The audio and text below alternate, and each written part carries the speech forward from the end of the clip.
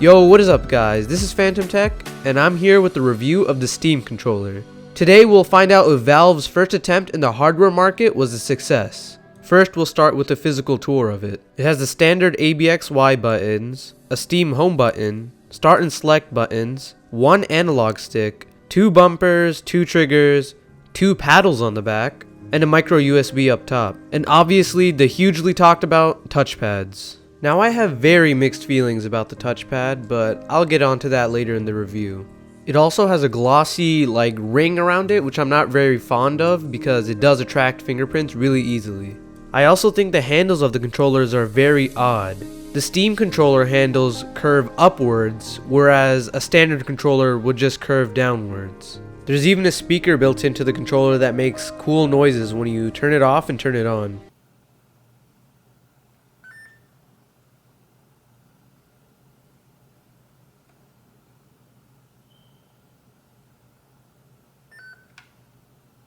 Speaking of noises, this thing sure does make a lot of them, and not in a good way. All the buttons and paddles and all the vibrations just make the controller a very noisy experience, especially when you compare it to its competitors like the PS4 controller or the Xbox One controller.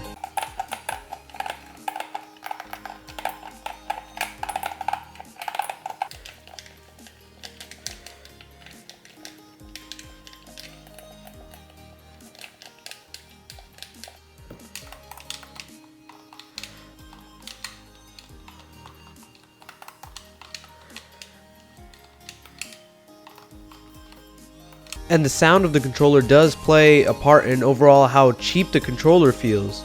Especially when I've been coming from an Xbox Elite controller, this thing feels like a Happy Meal toy. The controller is extremely light, and it also feels very hollow, which really gives it that cheap feeling. Alright, enough of the physical design, let's move on to what really matters.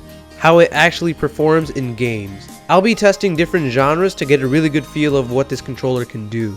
First off, Grand Theft Auto. This controller did mess up on me a few times. Every time I would hit the Steam button and go to the Steam menus and then come back to the game would no longer be working with the controller, and then I need to alt tab out. So yeah, there are still a few bugs and issues with this thing. And when it did work in Grand Theft Auto, I really must say it's not a very pleasant experience. Valve really marketed this thing as a controller that can replace the mouse and keyboard. And precision wise, it is nowhere near a mouse and keyboard. I'll even say that I'm better with the Xbox One controller than this thing. Maybe it's just because of the new concept of the touchpad, but really I am not very good with this thing at all, and I think it takes a steep learning curve. Now onto a first person shooter like Far Cry 4. I must say it's a little better than GTA 5, but it's still not very pleasant experience, and I still prefer an Xbox One controller and definitely prefer a mouse and keyboard.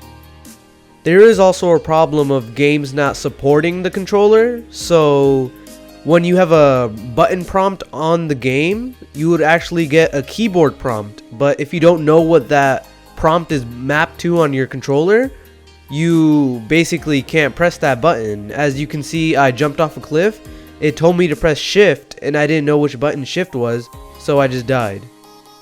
This controller really specializes in games like City Skylines and building games where you need a mouse to move around and navigate the menus, and a controller just can't do that job, but I don't really play those games, so I can't really test that out for sure. Okay, I did say earlier in the video that I would talk about the touchpads, and I wanted to save this for later because I really do think this is what separates this controller from the rest. The right touchpad can act as a trackball and actually gives you haptic feedback as you rub your finger across the surface, and the left trackpad acts like a D-pad with a etched-in D-pad, and it's also a touch surface which can be used for mostly scrolling in desktop use and a D-pad in games. Personally, I'm not a huge fan of these touchpads, which really does suck because I really wanted this to be my main PC controller.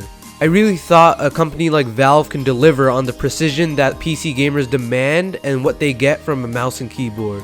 Overall, should you buy this controller? I think you should just use your $50 somewhere else, especially with Fallout 4 just releasing. You really should use that $50 somewhere else. Well, that's it for my review. Thank you guys again for watching. It means a lot to me.